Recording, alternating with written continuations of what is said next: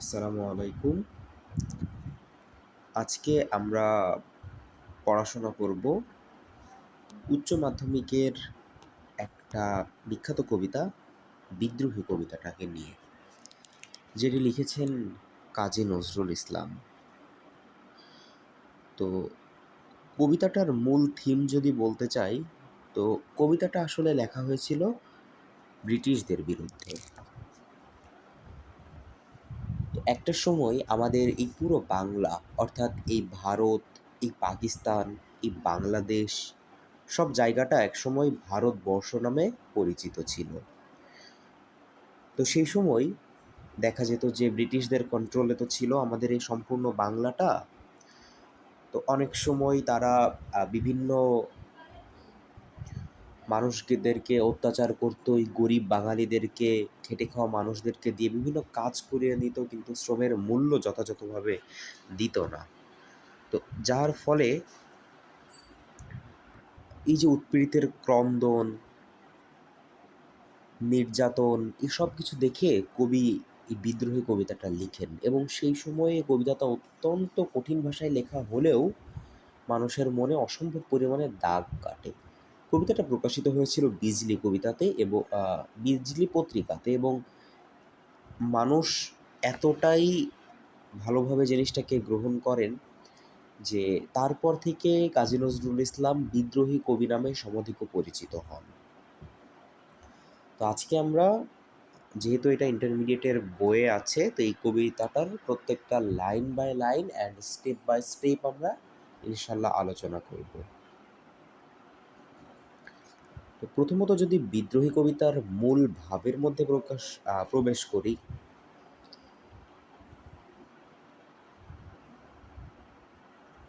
Actually কবিতাটার মূল ভাবে আছে কি শক্তিমত্তা। কারণ কবি এখানে তার শক্তিমত্তা দেখিয়েছে, মানে আমি যে আসলে কতটা শক্তিশালী প্রত্যেকটা লাইনে সেটা বলা হয়েছে, যে আমি সম্পূর্ণ পৃথিবীটাকে ধ্বংস করে ফেলার জন্য যথেষ্ট। অত্যাচারের অবসান, মানে নিজেকে শক্তিশালী প্রমাণ করার উদ্দেশ্যই হচ্ছে শত্রুকে ভয় দেখানো, যে তুই আমার পক্ষের লোকের ক্ষতি করিস না, কারণ এই অত্যাচারিতর পক্ষে এমন কেউ শক্তিশালী আছে যে তোদেরকে রুখে দিবে। আশ্রয় নেওয়া হয়েছে বিভিন্ন পুরাণের, হিন্দু পুরাণের, মুসলিম পুরাণ, পুরাণ বলতে গ্রন্থ, যেখানে ইসরাফিলের কথা উল্লেখ আছে, গ্রিক পুরাণ আছে, আমরা পড়তে পড়তে পাবো। তো কবিতাটা অ্যাকচুয়ালি এই যে ভারতবর্ষের পক্ষে এবং ব্রিটিশদের বিরুদ্ধে লেখা। এখন যদি আমরা চরিত্র বিশ্লেষণে যাই, যেহেতু আমরা কবিতাটা সকলেই কিন্তু পড়েছি, তো চরিত্র বিশ্লেষণে প্রথমত একটা চরিত্র আছে যে মহাপ্রলয়েরও আমি নটরাজ। তো নটরাজ এটা হচ্ছে যে হিন্দু দেবতা শিবের সহস্র নাম রয়েছে, তো এর মধ্যেই একটি নাম হলো নটরাজ। তো সৃষ্টির ধ্বংসকালে মহাদেবের ভয়ঙ্কর নৃত্যময় মূর্তি হলো নটরাজ। তার এই ধ্বংসাত্মক নৃত্যকে বলা হয় তাণ্ডব নৃত্য।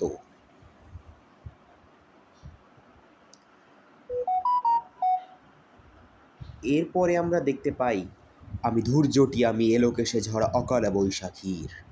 ক্যারেক্টারগুলোকে যদি আমরা একটু বিশ্লেষণ করি, আমাদের হয়তো কবিতাটা বুঝতে আর একটু সহজ হবে। ধূর্যটি জিনিসটা কি? ধূর্যটি হচ্ছে শিব বা মহাদেবের আরেক নাম ধূর্যটি। জটাধারী শিবের জট ধূম্ররূপী বলেই তাকে ধূর্যটি বলে। আবার অনেকের মতে মাথায় জটাভার বা বিশ্বের চিন্তাভার বহন করেন বলেই তার নাম ধূর্যটি।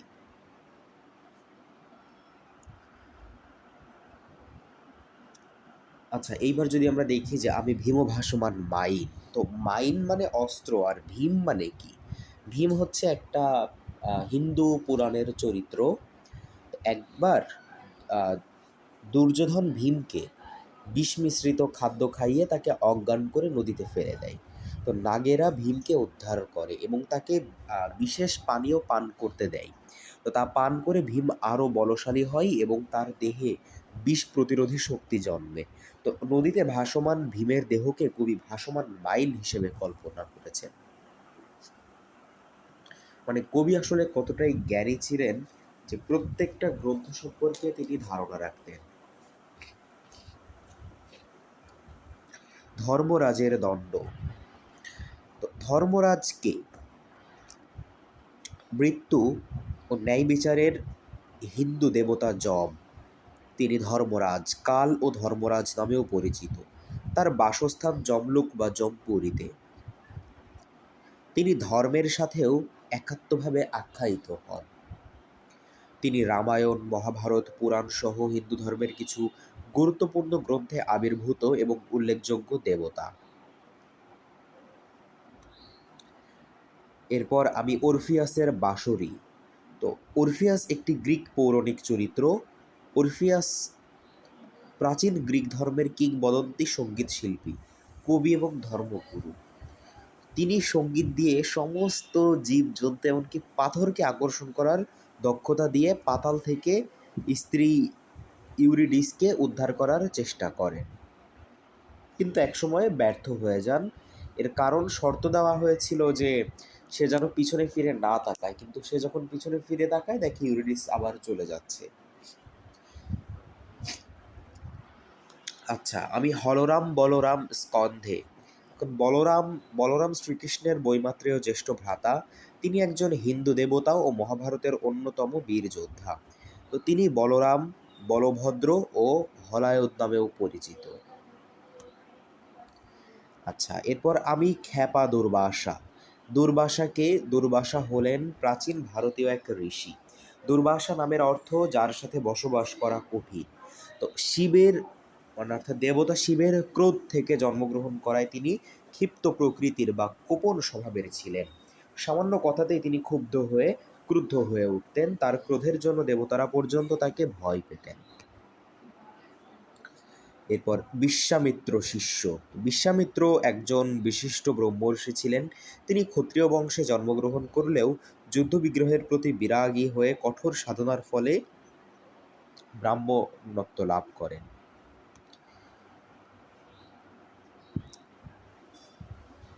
এরপরে যদি দেখি পরশুরাম বিষ্ণুর ষষ্ঠ অবতার। নামের আক্ষরিক অর্থ কুঠার হস্তে রাম। তো পরশুরামের পিতা যমদগ্নি ব্রাহ্মণ হলেও মা রেণুকা ছিলেন ক্ষত্রিয়। তো তিনি তাদের পঞ্চম পুত্র। কঠোর তপস্যা করে তিনি শিবের নিকট হতে পরশু লাভ করেন এবং যুদ্ধবিদ্যা শেখেন। অস্ত্র হিসেবে কুঠার বা পরশু ধারণ করায় তার নাম হয় পরশুরাম। পিতার আদেশে তিনি কুঠার দিয়ে মাতৃহত্যা করেন, আবার সাধনা বলে মাকে বাঁচিয়ে তোলেন। অর্থাৎ পরশুরাম ক্ষত্রিয়দের ২১ বার নিধন করেন। এবার আমরা প্রবেশ করছি বিদ্রোহী কবিতাতে।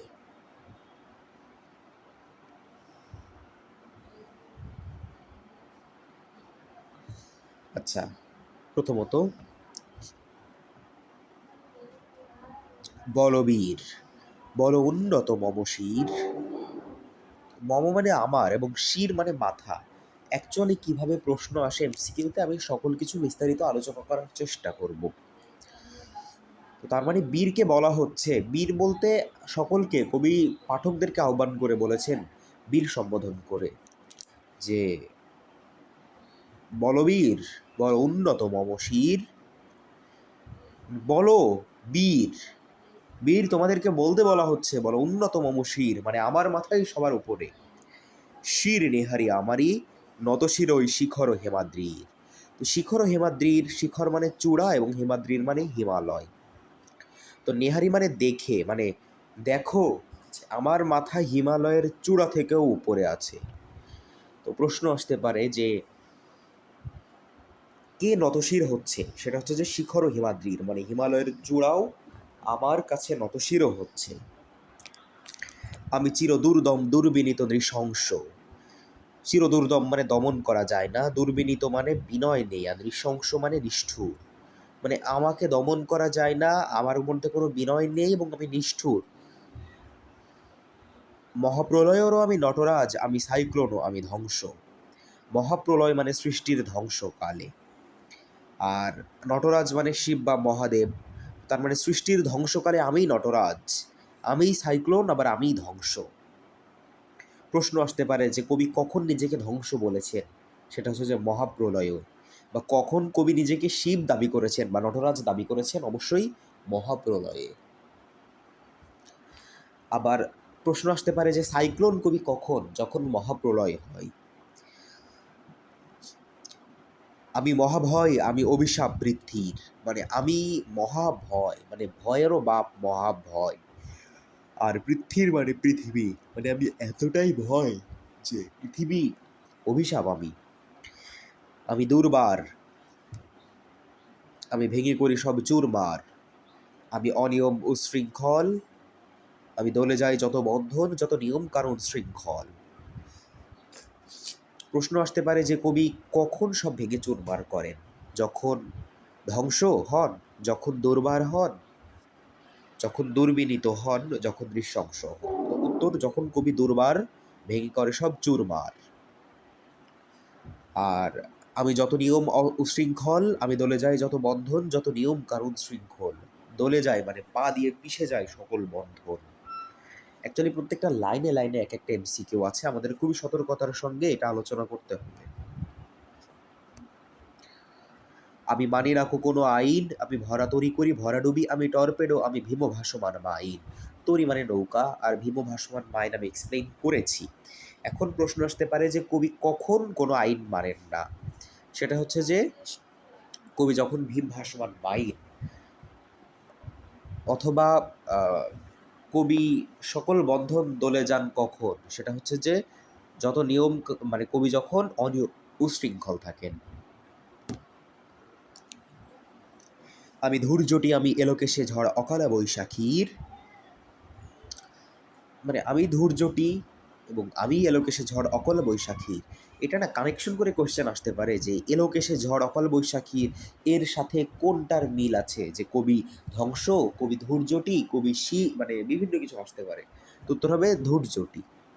আমি বিদ্রোহী, আমি বিদ্রোহী সুত বিশ্ববিধাত্রীর, মানে আমি বিদ্রোহী, আমি বিদ্রোহীর ছেলে বিশ্ববিধাত্রীর, মানে ছেলে দিয়ে আরও শক্তিশালী বোঝানো হয়েছে। এই যে এখন একজন সভাপতি এলাকায় যতটা না বিস্তার করে, সভাপতির ছেলে আরও তার নাম ভাঙায় বেশি বিস্তার করে। এই আমার বাইকে তেল দে, সভাপতির ছেলে আমি। কিন্তু একটা সভাপতি কিন্তু কখনো এই কাজ করার সাহস পাবে না, কারণ তার একটা দুর্নাম হয়ে যাবে। তো বাংলাদেশের প্রেক্ষাপটে দেখা যায় যে মানে একজন পাওয়ারফুল হলে তার ছেলে আরও বেশি পাওয়ারফুল। এই জন্য বলা হয়েছে যে আমি বিদ্রোহী সন্তান বিশ্ববিধাত্রীর, যেখানে আমার মানে পিতাই হচ্ছে পুরো বিশ্বর বিধাতা। তো টর্পেডো হচ্ছে ডুবোজাহাজ থেকে নিক্ষেপযোগ্য এক ধরনের অস্ত্র।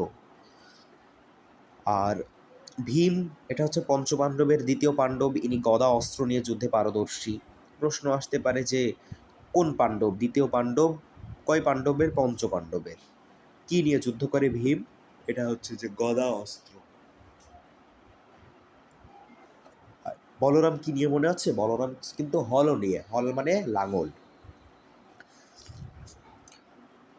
আর ধূর্যটি মানে কি, ধূর্যটি মানে ধ্বংসকারী শিব বা মহাদেবের অন্য নাম, অর্থাৎ জটাধারী শিবের জট ধূম্ররূপী বলেই তাকে ধূর্যটি বলে।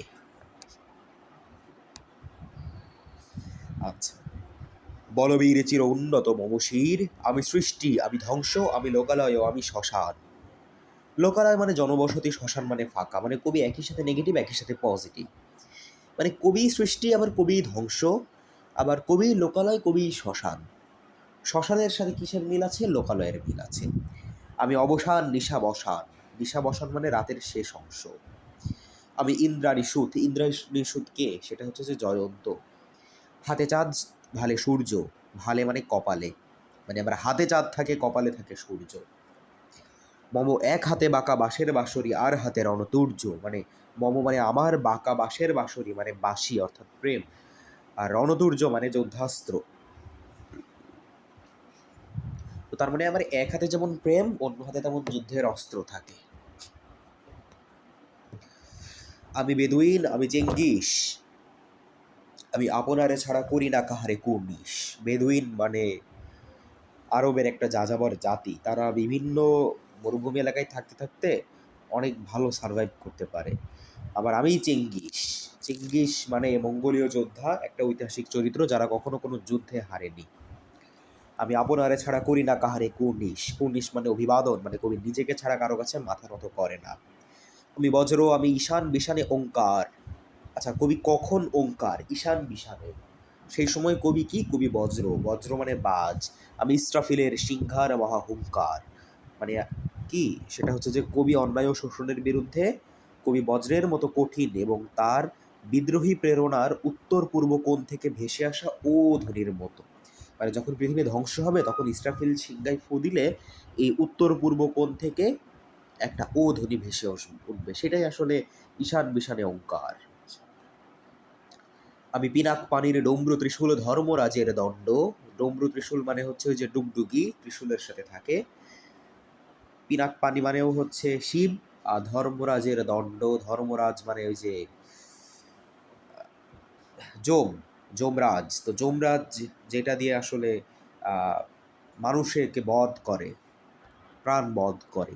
আমি চক্র মহাশঙ্খ। তো এখানে চক্রটা হচ্ছে অমঙ্গলের প্রতীক, অর্থাৎ চক্র দিয়ে সবকিছু ধ্বংস করি, আর শঙ্খ বাজিয়ে সকল মঙ্গল আনি। আমি প্রণব নাদ প্রচণ্ড, নাদ মানে ধ্বনি। আমি খ্যাপা দৌর্বাসা বিশ্ব মিত্র শিষ্য। তো এটার মানে হচ্ছে শান্তিপ্রিয়। দেখো এখানে মঙ্গল আসলে কি কি আছে? মঙ্গল হচ্ছে, প্রশ্ন আসতে পারে যে শঙ্খ কিসের প্রতীক? মঙ্গলের প্রতীক। পদ্ম এটাও মঙ্গলের প্রতীক, কিন্তু চক্র এবং গদা হচ্ছে অমঙ্গলের প্রতীক।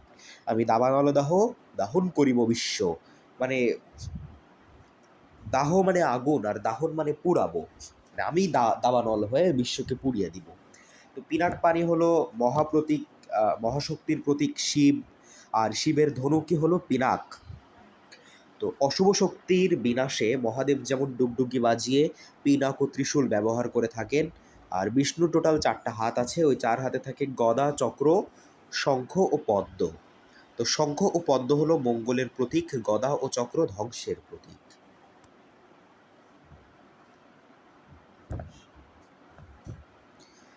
আমি উন্মনমন উদাসীর। উন্মনমন মানে মন না স্থির থাকা। আমি বিধবার বুকে ক্রন্দন শ্বাস, মানে একজন বিধবার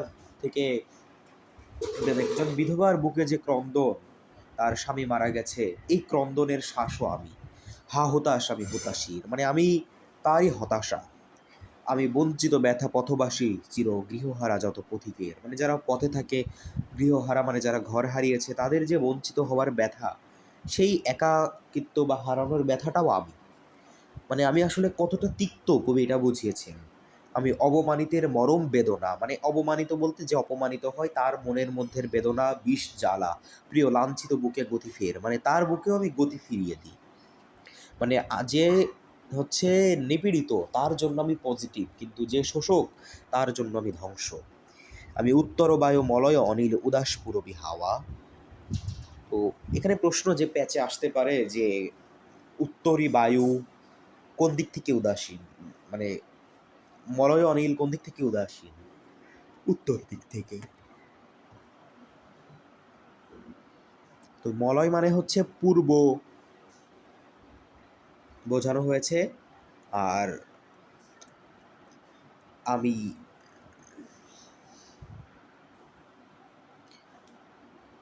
পথিক কবির গভীর রাগিনী বেনু বিনে গান গাওয়া। পথিক কবির মানে যে পথে পথে গান গায়, রাগিনী মানে গান, বেনু বিনে গান গাওয়া। বেনু বিন মানে একটা বাদ্যযন্ত্র, মানে যে পথিক কবি সেই কিন্তু রাস্তায় রাস্তায় গান গায়। আমি আকুল নিধাগ, নিধাগ মানে গ্রীষ্মে তিয়াসা মানে পিপাসা। আমি রৌদ্র, রৌদ্র কবি, রবি মানে সূর্য। আমি মরুনির ঝড় ঝড়ো ঝড়ো, আমি শ্যামলিমা ছায়া ছবি, মানে আমি মরুর বুকে ঝরনা, আবার শ্যামলিমা মানে সবুজ, মানে কানেকশনটা দেখো, যে আমি মরু বুকে ঝরনা, আবার আমি সবুজ। এভাবে কিন্তু এমসিকিউতে আসতে পারে। যে আমি অরফিয়াসের বাঁশরি, মহাসিন্ধুল উতরা ঘুম ঘুম। মহাসিন্ধু মানে সমুদ্র, ঘুম চুমু দিয়ে করি নিখিল বিশ্ব নিঝুম, মানে নিখিল বিশ্বকে আমি চুপ করিয়ে দিই। মম বাঁশরীর তানে পাশরি, মানে তানে মানে সুর, পাশরি মানে ভুলে যাই। আমি শ্যামের হাতের বাঁশরি, শ্যাম মানে কৃষ্ণ। আমি রুশে ছুটি, যবে ছুটি মহাকাশ ছাপিয়া, ভয়ে সপ্ত নরক হাবিয়া দোজক, নিভে নিভে যায় কাঁপিয়া, মানে আমাকে দেখে সব মানে হাবিয়া দোজকও কেঁপে যাচ্ছে। আমি বিদ্রোহ বাহি নিখিল অখিল ব্যাপিয়া, মানে আমি সারা বিশ্ব বিদ্রোহ করি। তো কথা হচ্ছে যে কখন হাবিয়া দোজক নিভে যায়, সেটা হচ্ছে আমি যখন মহাকাশ ছাপিয়ে ফেলি। আমি পরশুরামের কঠোর কুঠার নিক্ষত্রিয় করিব বিশ্ব, আনিব শান্তি শান্ত উদার, আমি হল বলরাম স্কন্ধে। হল মানে লাঙল, আমি উপাড়ি ফেলিব অধীনে বিশ্ব, অবহেলে নব সৃষ্টির মহানন্দে। মানে নতুন মহাবিদ্রোহী রণক্লান্ত, রণমানের যুদ্ধ, আমি সেই দিন হব শান্ত। এর মানে এই রণযোদ্ধা সেই দিনই শান্ত হবে।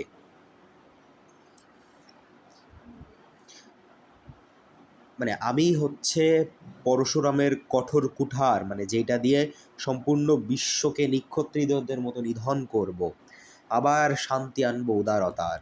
আবার আমি বলরামের কাঁধের লাঙল, আমি সেই লাঙল দিয়ে উপড়ে ফেলবো বিশ্বের অবহেলিত, মানে অবহেল সেই শব্দটাকে, অবহেলা শব্দটাকে, এবং নবসৃষ্টির মহানন্দে, নতুন কোনো সৃষ্টির মহানন্দে। মহাবিদ্রোহী রণক্লান্ত, আমি সেই দিন হব শান্ত, যবে উৎপীড়িতের ক্রন্দন রোল আকাশে বাতাসে ধ্বনিবে না। মানে যেই দিন কোনো নির্যাতিতের কান্না আর আকাশে দেখা যাবে না, সেই দিনই এই বিদ্রোহী আত্মা শান্তি হবে। অত্যাচারীর খড়গ কৃপান, ভীম রণভূমে রণিবে না। মানে তখন আর এই অত্যাচারীর যেই অস্ত্র, তখন যুদ্ধের মাঠে আর দেখা যাবে না। আমি বিদ্রোহী রণক্লান্ত, আমি সেই দিনও হব শান্ত। আমি চির বিদ্রোহী বীর, বিশ্ব ছাড়াইয়া উঠে আছে একা চির উন্নত শির। তো কিছু আমরা বিগত সালে বিশ্ববিদ্যালয়ে আসা প্রশ্ন যদি আমরা দেখি,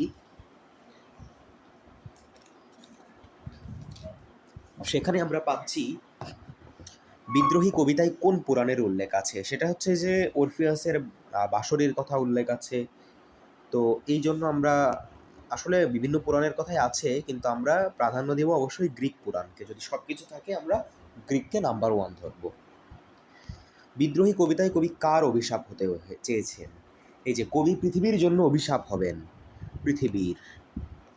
বিদ্রোহী কবিতার মূল প্রতিপাদ্য বিষয় কি? এখন মূল প্রতিপাদ্য বিষয় হচ্ছে যে কবি অ্যাকচুয়ালি একটা কনফিউশন সৃষ্টি হতে পারে যে আমিত্ব নাকি দ্রোহ। ব্যাপারটা হচ্ছে যে আমিত্ব বলতে নিজেকে সর্বশ্রেষ্ঠ জাহির করা। এখন কবি কিন্তু নিজেকে সবথেকে শক্তিশালী জাহির করেছেন, কিন্তু আমিত্ব বলছে জিনিসটা অ্যাকচুয়ালি ফ্লেক্স নেওয়াকে বোঝায়, কিন্তু কবি কিন্তু ফ্লেক্স নেননি। কবি একটা মানে প্রতিবাদের রূপে তিনি বলেছেন যে তুমি যদি আমাদের প্রতি কঠোর হও, তো সেই ক্ষেত্রে আমিও নিজেকে শক্তিশালী হিসেবে জাহির করব। অর্থাৎ একটা দ্রোহ বোঝানো হয়েছে। মম এক হাতে বাঁকা বাঁশের বাঁশরি, আর হাতে রণতুর্য। এই বাক্যে কবির যে চেতনা প্রকাশ পেয়েছে, মানে এক হাতে বাঁকা বাঁশের বাঁশরি মানে এক হাতে প্রেম, আর অন্য হাতে রণতুর্য, রণতুর্য মানে যুদ্ধ, তার মানে কি অন্য হাতে দ্রোহ। কবি বিদ্রোহী কবিতায় সব ভেঙে কি করার কথা বলেছেন? সব ভেঙে করিব চুরমার। আচ্ছা, বিদ্রোহী কবিতাটি প্রথম প্রকাশিত হয় কোন পত্রিকাতে? এটা অবশ্যই বিজলি, মনে রাখবা, বিতে বিদ্রোহী, বিতে বিজলি। নিদাগ, নিদাগ শব্দের অর্থ কি? নিদাগ শব্দের অর্থ হচ্ছে যে গ্রীষ্মকাল। এটা আমরা ঋতুবর্ণন কবিতাতে দেখেছিলাম যে নিদাগ শব্দের অর্থ হচ্ছে গ্রীষ্মকাল। ধূর্যটি কে? ধূর্যটি হচ্ছে শিব। আবার এখানে তোমার প্রশ্ন আসতে পারে যে ধূর্যটিকে কিসের সাথে তুলনা করা হয়েছে? তখন ধরো অপশনে আছে এলোকেশে বৈশাখী, উত্তর হবে এলোকেশে বৈশাখী। যদি ক্যারেক্টার থাকে সেক্ষেত্রে শিব। বিদ্রোহী কবিতায় কবি কার বুকের ক্রন্দন? কবি হচ্ছে বিধাতার বুকের ক্রন্দন শ্বাস শুনতে পান। নেহারি শব্দের অর্থ কি? নেহারি শব্দের অর্থ হচ্ছে যে কি গরুর পায়ের হাড়? না, নেহারি শব্দের অর্থ হচ্ছে দেখে। অরফিয়াসের বাঁশি উপমাটি কোন কবি কার কবিতায় ব্যবহৃত হয়েছে? এটা অবশ্যই কাজী নজরুল ইসলামের। কাজী নজরুল ইসলামের বিদ্রোহী কবিতাটি প্রথম কোন পত্রিকায় প্রকাশিত হয়? আমরা এটা দেখলাম যে বিদ্রোহীতে। অরফিয়াসের পরিচয় কি? অরফিয়াস একজন কবি এবং শিল্পী। অনেকেই যন্ত্র সঙ্গীতটা দাগাবে, কিন্তু এটা ভুল। কোনো গ্রিক দেবতাও না, আর মরুভূমির ঝর্ণা তো নাই, কবি ও শিল্পী। চেঙ্গিস খান কোন জাতির পিতা ছিলেন? ইনি হচ্ছে মঙ্গোলিয়া জাতির পিতা ছিলেন বা নেতা ছিলেন। আমি বিদ্রোহী সুত বিশ্ববিধাত্রীর। তো বিশ্বসুত, সুত মানে কি? সুত মানে সন্তান। কাব্য পঙ্ক্তিতে সুত শব্দের অর্থ কোনটি? সুত শব্দের অর্থ হচ্ছে পুত্র। অনেকে অনুসারী ভাববে, বাট অনুসারী না, বিদ্রোহী সত্তাও না, সূত্রধরও না। বিদ্রোহী কবিতার রচনার শতবর্ষ পূর্ণ হয়েছে কত সালে? এটা আসলে নার্সিংয়ের মতো একটা জায়গায় এত ডিফিকাল্ট কোয়েশ্চেন আসা মানেই আমাদের অ্যাডমিশন সিস্টেমটা কতটা হার্ড এই জিনিসটাতেই টনক নড়িয়ে দেয়। তো বিদ্রোহী কবিতাটা আসলে লেখা হয় 1922 সালে, যেটার শতবর্ষী পূর্ণ হয় 2022 সালে। মানে মার প্যাচটা কী পরিমাণ দেখো। তো এই পর্যন্তই ছিল আমাদের বিদ্রোহী কবিতাটা আলোচনার। যদি তোমাদের অবশ্যই ভালো লাগে একটা লাইক দিও।